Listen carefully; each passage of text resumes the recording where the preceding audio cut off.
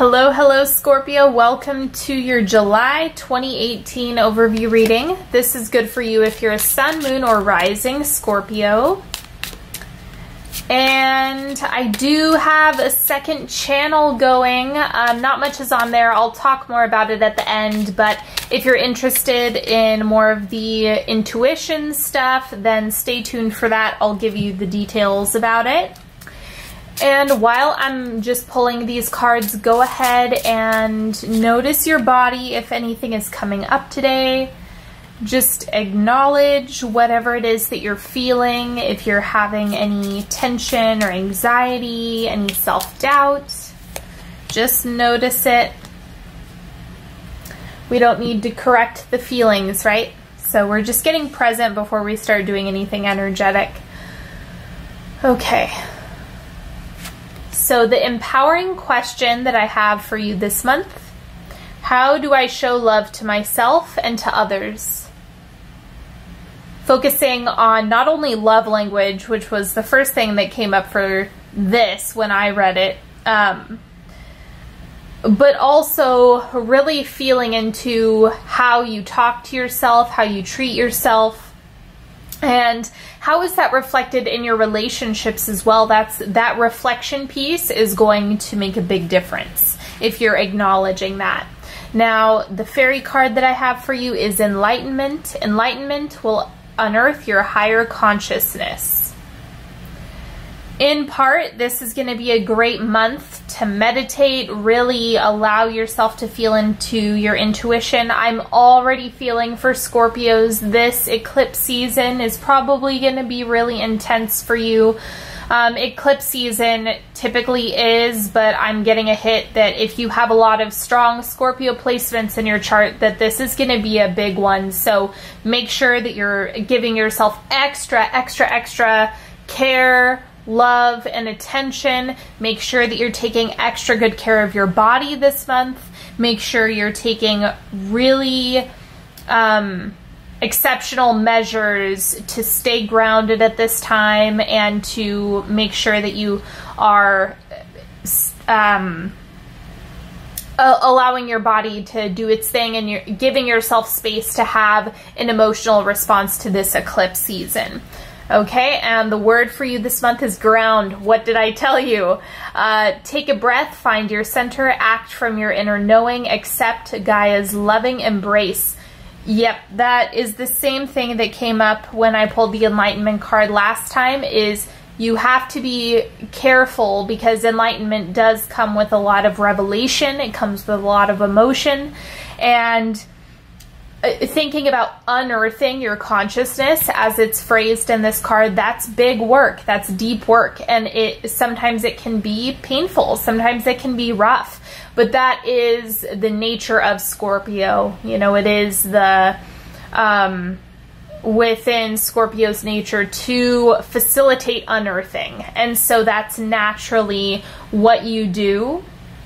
But when it's happening for yourself, make sure that you're giving yourself plenty of space and giving yourself the same permission and compassion that you would anyone else. The central energy for you this month, Death. What did I tell you? What am I telling you? It's going to be a big one. This is a life-changing month. It's going to be a completely, you're diving into a new paradigm. You're shifting out of all of the things that are no longer working or dying away, and you are completely being reborn. So congratulations on that, but it's going to be a big one. It's going to be a really intense eclipse season for you, so just remember that this month. What's in your highest good to release? Six of Chalices. So there's a certain level of karma that goes along with this, but the other thing that came up was isolation. So if you see here in this Six of Chalices, she's alone in the water, and the immediate thing that came up was how Scorpios retreat and withdraw and crawl back into their shell. That hermit period, that tendency to hold back and withdraw and isolate is not helping you at this time, and that's something that you really want to actively work on releasing and letting go of. I'm not picking up, I know that I'm going to probably get some heat in the comments section. That's a soulmate card. Okay, this isn't showing up as a person though. When I'm doing this reading, when I'm getting intuitive hits on this, this is about your process. This has to do with your internal state and your hermity period, or your tendency to withdraw. Not a person. Want to make that real clear. Okay, now what's in your highest good to manifest is the High Priestess. And so again, I think you're going to get a huge wave of intuition coming in.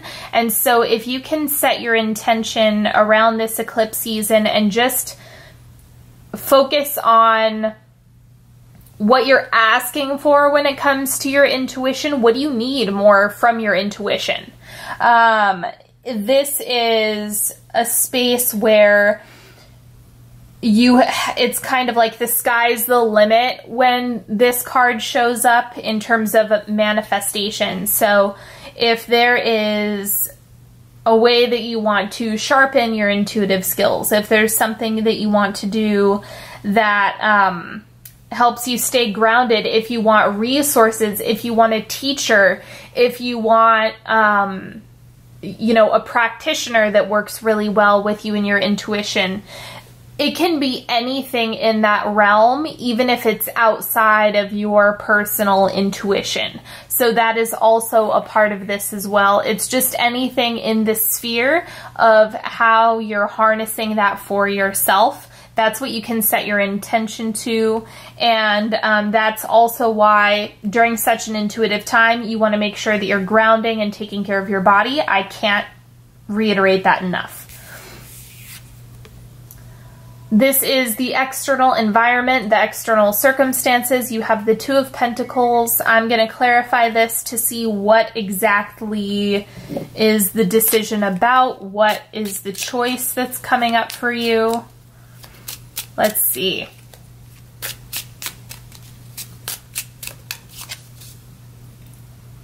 Two of Swords. So I think that there's a certain level of unknown that you're going to have to be okay with. You're going to have to be okay making decisions, not being able to see around every corner.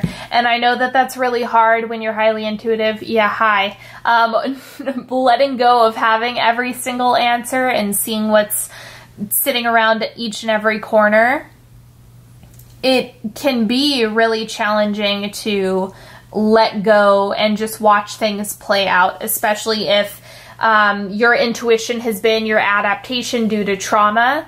That's another aspect of it that can get really sticky because it can inspire feelings of like chaos. So I would say any practice that you can do to release expectation of the outcome is going to greatly support you as things are moving forward in your life, as things are coming to fruition.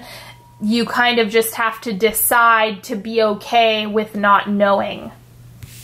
And in the subconscious, this is your internal process. You have the Star. A lot of good things are coming up. It's just that you can't see them quite yet. It looks like there's a lot of stuff that's going to make an appearance that's still hidden, that's still dormant and behind the scenes. Honestly, I think that you're being given a lot of space to move through this emotional work that you've been doing and to really be reborn. You're doing big work, so be gentle. And, oh, hold on. Ignore that. I asked something else. Okay, so I'm clarifying the Star.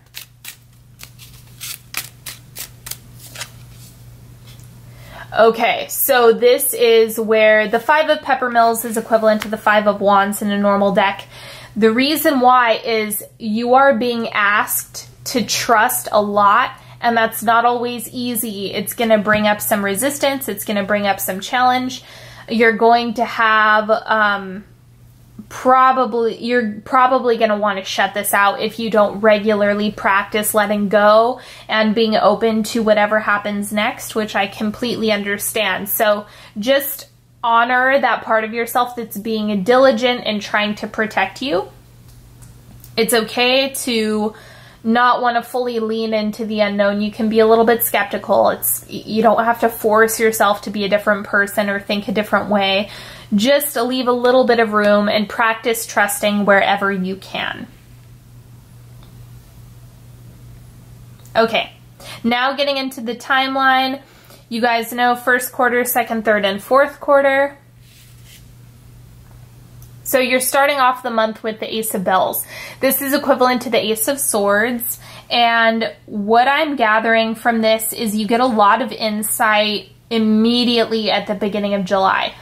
I don't think that this is not tangible information, but Earth time information. I think that this is a lot of intuitive hits. This is going to be a lot of dreams. This is really the start of the intuitive snowball that is coming, essentially. So this is where you're going to get a lot of info. So pay attention, get a notepad and pen out so that you can write down all of the intuitive hits that you're getting, because this is going to be big.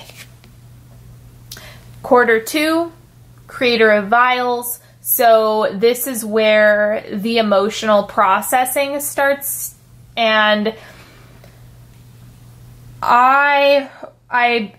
this is also coming up with rest. So as you're going through this transitional period where you're letting go of the tendency to isolate, this is also redefining rest for yourself.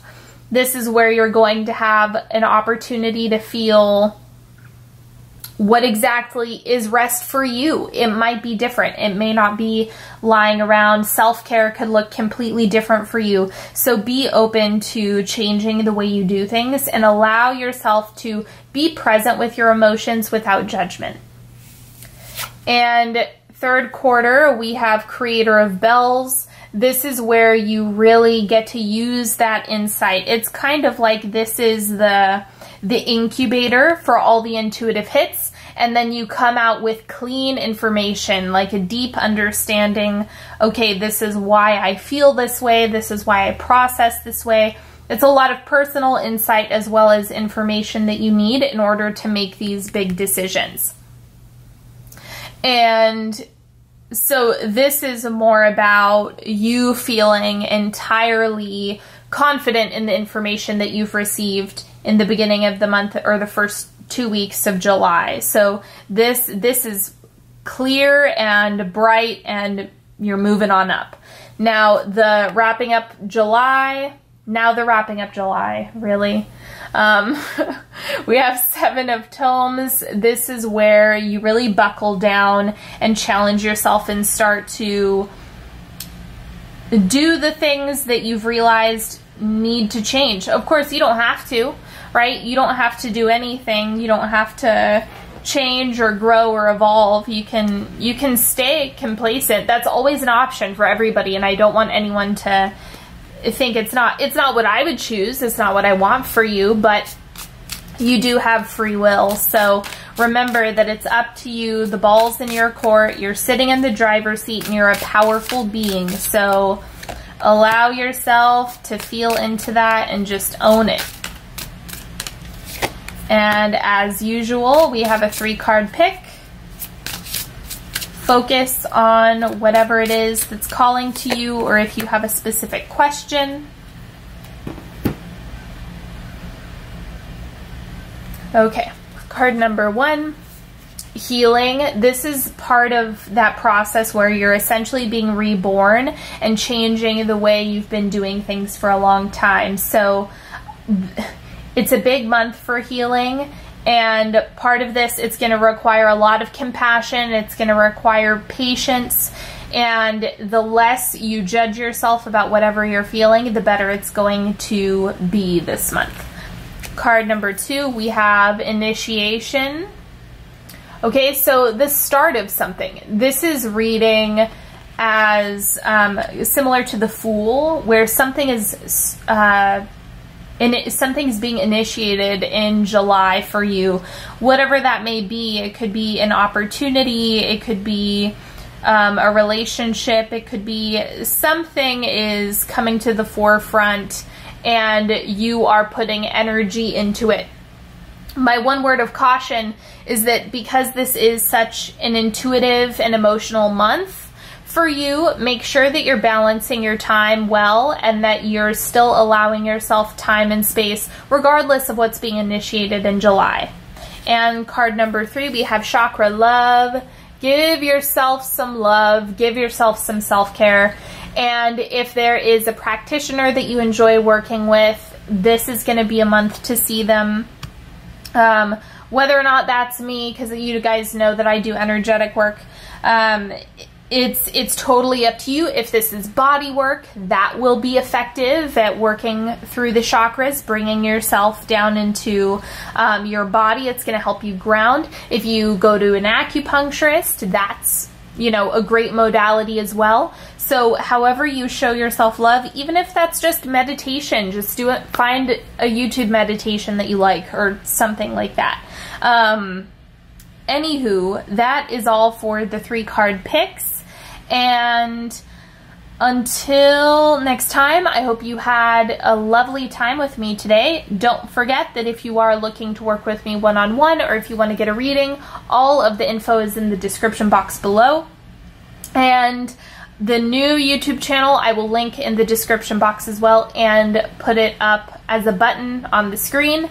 And that is going to be more resources for people who are highly sensitive, people who are intuitive, and want to develop their intuition and things like that. So if that interests you at all, I'm inviting you to check it out and see. It might give you value, it might not. I'm totally open to whatever value you guys get out of it. But Ask a Psychic is coming back and it's going to be on that channel. So I hope that you enjoy it, and until next time, have a beautiful July, everybody. Happy eclipse season, and I will talk to you all later. Bye-bye.